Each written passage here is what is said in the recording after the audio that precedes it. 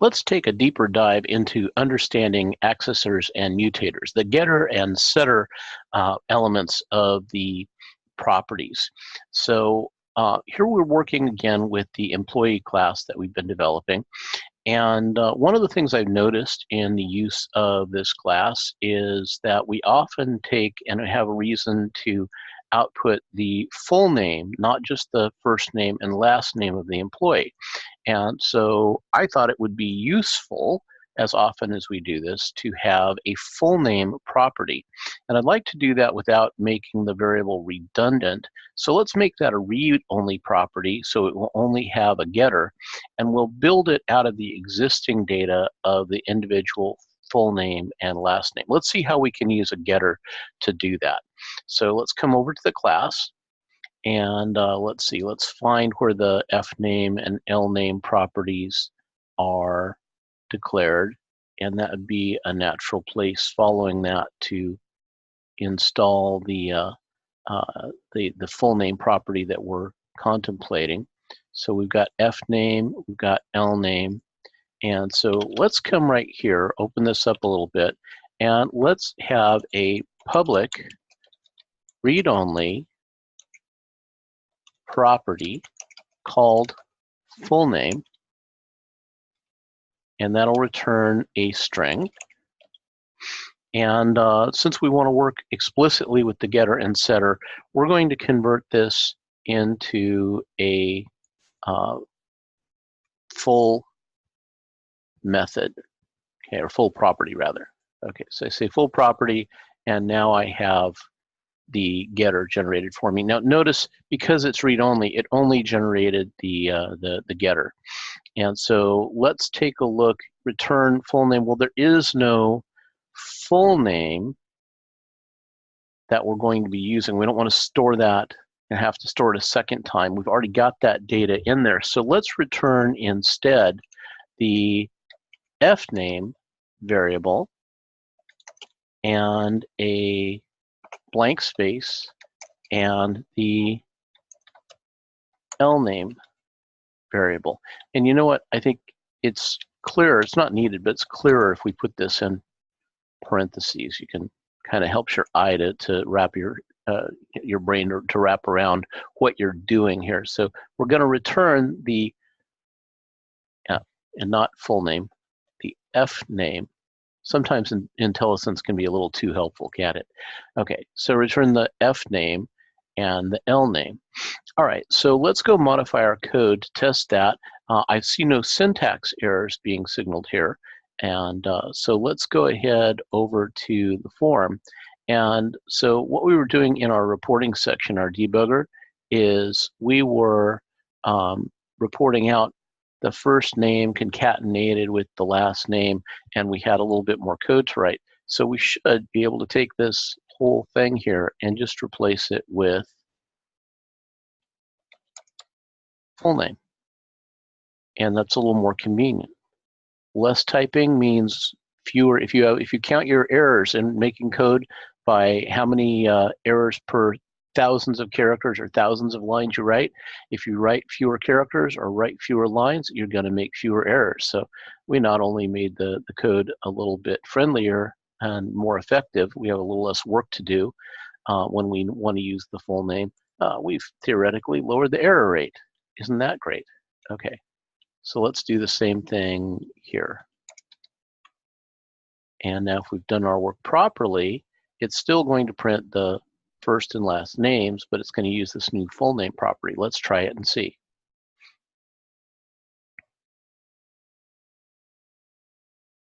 Let's clear this from the last run and then see what we get here. Good. Okay, so Jon space Bek, Sarah space Smith, that's working beautifully. So that's one of the nifty things we can do with our getters.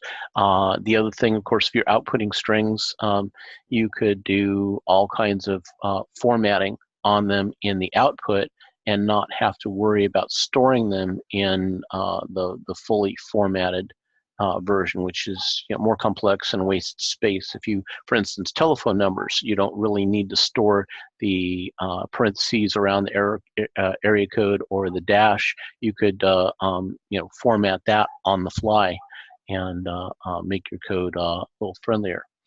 Okay. All right, so that's something we can do with a getter. Now let's think about the setter. What might we want to do with a setter? Let's go back and look at our class diagram. And let's think about something that might cause an error commonly in our business processes. So we're creating a new employee record and, start date. And what if somebody puts down in advance the start date?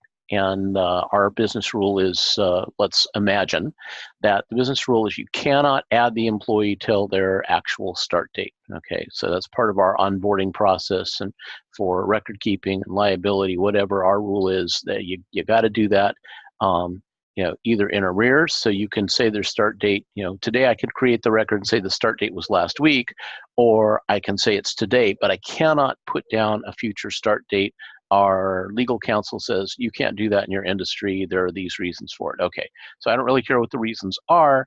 I just want to understand, how do I get there code-wise? So if I come over here and view the code for start date, and so right now it's mindlessly in the setter putting in whatever we receive for the start date. You gave it to me. I'm just going to say that's what it is. As long as it's a date variable, I'll accept it. Well, let's change that just a little bit, and let's come in and say,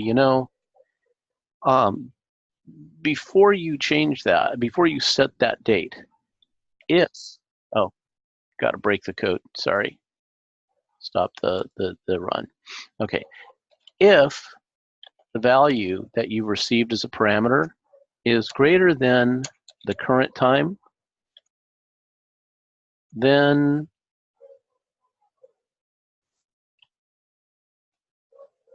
what do we want to do? Well, let's just use the current time. So it can't be greater than the current time, so we'll fix it for you. If you've accidentally put in a future date, we're going to change it to now. And again, in the real world, that may or may not be the wisest thing to do for instructional purposes. Let's assume that that's what we want to do is you put in a future date. And now let's go take a look at one of our employees, change them to a new hire, and set their hire date to a future date and see what it does with this. So let's take a look. Let's see. When we created Sarah Smith, instead of making it 2018, and as I am working with this, it is still 2018, let's set this to 2020, sometime in the future. And so we're going to tell it to set it to a future date. So what should happen is our setter should now say, well, you've specified a future date and that's greater than now. So I'm just going to set it to now. So even though I've set it to a future date, let's see if it sets it to the current date. And let's run this. And let's clean this out to start with. And let's say go. Okay, so it did. It corrected our hire date to the current time rather than the future time. So that's working properly. So we can do all kinds of different validation or automatic data cleanup or processing right in our setter, and add a lot of value, a lot more robustness, very defensive coding if we think about what could go wrong and what can we do to automatically fix it without having to just crash the program or in the program or throw an error code or make the user re-enter something. If we can take whatever they did give us and process it into something that's useful in accordance with the business rules, we're ahead of the game. So that's great. Let's go ahead and end the run. And I think we can set aside getters and setters at that point.